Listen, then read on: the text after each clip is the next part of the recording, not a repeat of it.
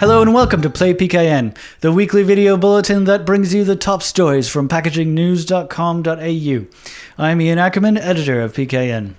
In the news this week, the share prices of the major cap packaging companies are on the rise as Australia officially enters a recession after the sharpest economic decline since the 1930s.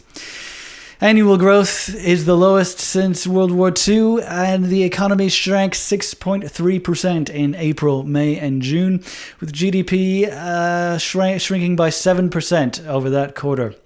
But yesterday morning, that's Thursday, Amcor's stock price rose by 2.7%, and Pro-Pac was up by 3.2%, and Orora was up by 1.3%. But the recently released government economic figures show that household consumption fell by 12% over the COVID quarter. Many packaging companies have done well over the COVID period, mostly due to off-the-charts demand for things like labels and certain consumer goods. Also in the news, the federal government introduced legislation last week that it says establishes a national industry framework for recycling and will put into effect the ban on exports of certain recyclable materials.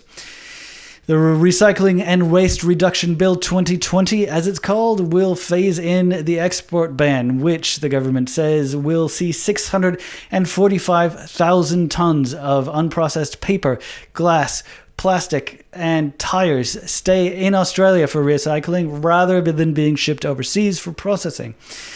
Federal Minister for the Environment Susan Ley said the bill was a once-in-a-generation opportunity to transform our waste management and recycling sectors to collect, recycle, reuse, and convert waste into a resource and boost the circular economy.